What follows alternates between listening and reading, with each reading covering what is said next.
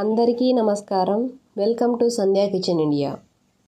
ఇవాళ మన కిచెన్లో కాకరకాయతో ఒక మసాలా కర్రీ తయారు చేసుకుందాము. ఈ కర్రీ రైస్లోకైనా చపాతీలోకైనా అలాగే రొట్టెలోకైనా చాలా బాగుంటుందండి. కాకరకాయ అంటే ఇష్టం లేని వారు కూడా చాలా ఇష్టంగా తింటారు. ఈ కర్రీ కోసం మా గార్డెన్లో ఉన్న కాకరకాయలు కోసుకొచ్చుకుందాం రండి. ఈ కాకరకాయ కూర తయారు చేసుకోవటానికి ముందుగా పెద్ద ఉసిరికాయ సైజ్ అంత చింతపండుని తీసుకొని కడిగి నానబెట్టి పెట్టుకోవాలి. కాకరకాయలకి పైన ఉన్న గ్రీన్ లేయర్ కొద్దిగా తీసేయాలి. అలాగే అయినా చేసుకోవచ్చు అండి. అలాగే చేసాము అంటే మరీ ఎక్కువ చేదుగా ఉంటుంది. కాబట్టి కాకరకాయల్ని పైన ఉన్న పీల్ తీసేయాలి. ఇక్కడ నావి చిన్న కాకరకాయలే కాబట్టి నేను వీటిని ఇలాగే పెట్టేస్తాను.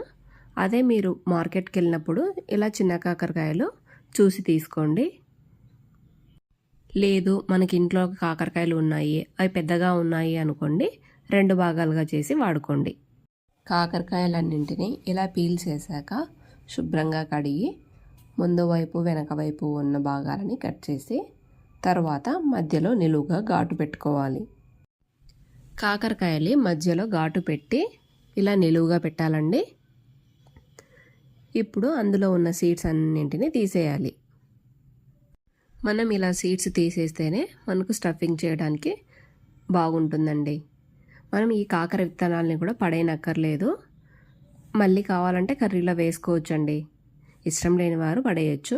కావాలనుకుంటే కర్రీలో మళ్ళీ అలాగే ఓన్లీ సీడ్స్ వేసుకోవచ్చు. ఇలా కాకరకాయలన్నింటినీ కట్ చేసి సీడ్స్ తీసేసాక స్టవ్ పై ప్యాన్ పెట్టి 3 టేబుల్ స్పూన్స్ వరకు ఆయిల్ వేసుకోవాలి.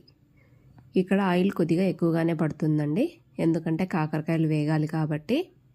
ఆయిల్ హీట్ అయ్యాక ఇప్పుడు మనం కట్ చేసి పెట్టుకున్న కాకరకాయలు ఉన్నాయి కదండి, ఆ కాకరకాయలని వేసి ఇందులోకి 1/2 టీ స్పూన్ పసుపు అలాగే 1 టీ స్పూన్ ఉప్పు వేసి ముక్కలకంతా బాగా పట్టే రకంగా కలిపి మూత మూసి మంటని లో ఫ్లేమ్లోనే పెట్టి 10-15 నిమిషాల పాటు బాగా మగ్గించుకోవాలి.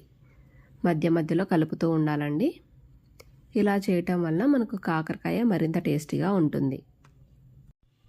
ఇప్పుడు ఇలా ఒకవైపు కాకరకాయలు మగ్గుతున్నాయి కదా, ఈ కాకరకాయలు మగ్గేలోపు మనం ఎందుకు కావాల్సిన మసాలా తయారు చేసుకుందాం రండి. స్టవ్ పై ప్యాన్ పెట్టి 2 టేబుల్ స్పూన్స్ పల్లీలు వేసుకోవాలి. వీటిని మంటని లో ఫ్లేమ్లోనే పెట్టి దొరగా వేయించుకోవాలి. పల్లీలు కాస్త వేగాక 5-6 జీడిపప్పులు అలాగే 5-6 బాదం పప్పుల్ని కూడా వేసి వేపుకోవాలి. ఈ జీడిపప్పు బాదం పప్పు అనేది ఆప్షనల్ అండి, కంపల్సరీ ఏం కాదు. ఇవి వేస్తే కర్రీకి మరింత టేస్ట్ వస్తుంది. కాకరకాయల్ని కూడా మధ్య మధ్యలో కలుపుతూ ఉండాలండి.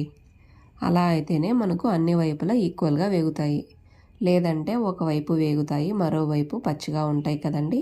అలా కాకుండా మధ్య మధ్యలో కలుపుతూ ఉండండి. ఈ జీడిపప్పు బాదం పప్పు కూడా కాస్త వేగాక 7-8 ఎండుమిరపకాయలని వేసి వేపుకోవాలి. ఇక్కడ మీ కారానికి తగినంతగా ఎండుమిరపకాయలని వేసుకోండి. నేనైతే ఇక్కడ 8 ఎండుమిరపకాయలు వేస్తున్నాను.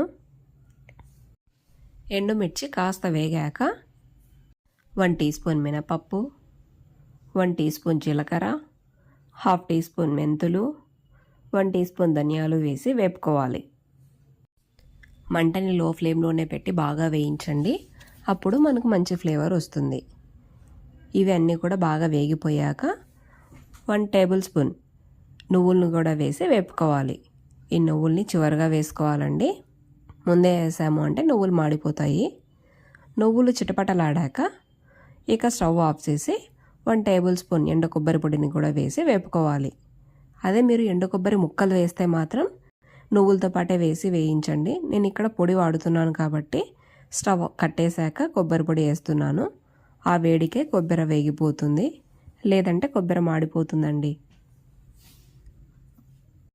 ఇలా అన్నీ వేయించుకున్నాక పూర్తిగా చల్లారే వరకు పక్కన ఉంచుకోవాలి.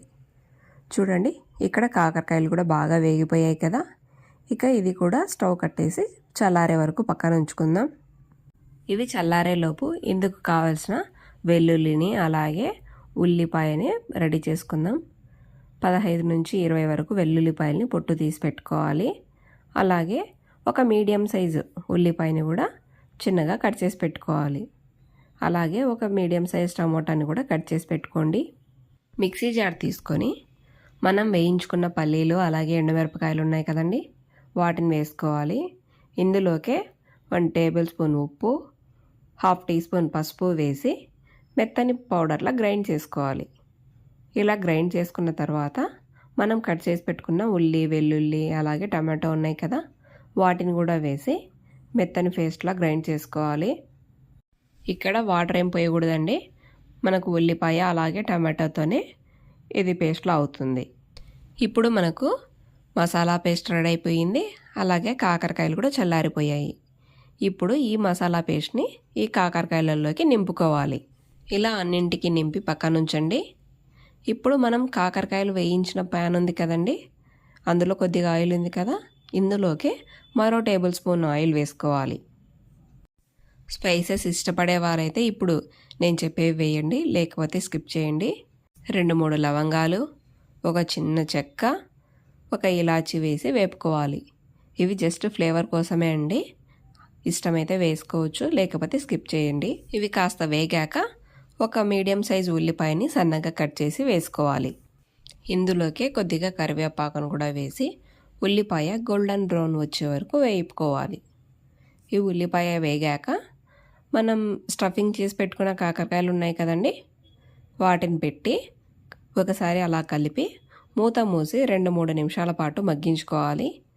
మరి ఎక్కువసేపు అలాగే పెట్టాము అంటే మసాలా మాడిపోయే ఛాన్స్ ఉందండి, కాబట్టి కొద్దిసేపు మగ్గిస్తే చాలు. ఈ కాకరకాయలు మగ్గేలోపు మనం నానబెట్టి పెట్టుకున్న చింతపులుసు ఉంది కదండి, ఆ చింతపండుని గుజ్జు తీసి పెట్టుకుందాము. ఇలా తీసి పెట్టుకున్న చింతపులుసుని కాకరకాయలలో పోసి మనం స్టఫింగ్ చేయగా మిగిలిన పేస్ట్ ఉంటుంది కదండి, ఆ పేస్ట్ని కూడా వేసి కలిపి, ఇష్టమైతే కొద్దిగా బెల్లం వేసుకోండి. బెల్లం వేస్తేనే బాగుంటుందండి, ఎందుకంటే మనకు పులుపు అలాగే చేదు అన్నీ బ్యాలెన్స్ అవుతాయి. ఇంకా షుగర్ పేషెంట్లు ఇలాంటి వాళ్ళైతే స్కిప్ చేయొచ్చు. మనకు కర్రీకి కావాల్సినంతగా మరి కొంచెం వాటర్ని పోసుకొని మూత మూసి ఒక 5 నిమిషాల పాటు ఉడికించుకోవాలి. అంతే అండి, కాకరకాయ మసాలా కర్రీ రెడీ. ఈ కర్రీ చపాతీలోకైనా, రైస్లోకైనా, పుల్కాలోకైనా, ఎందులోకైనా చాలా బాగుంటుందండి. తప్పక మీరు ఒకసారి ట్రై చేసి మీకు ఎలా వచ్చిందో కామెంట్ చేయండి. Thanks for watching my video. Please like, share and subscribe to my channel. Thank you.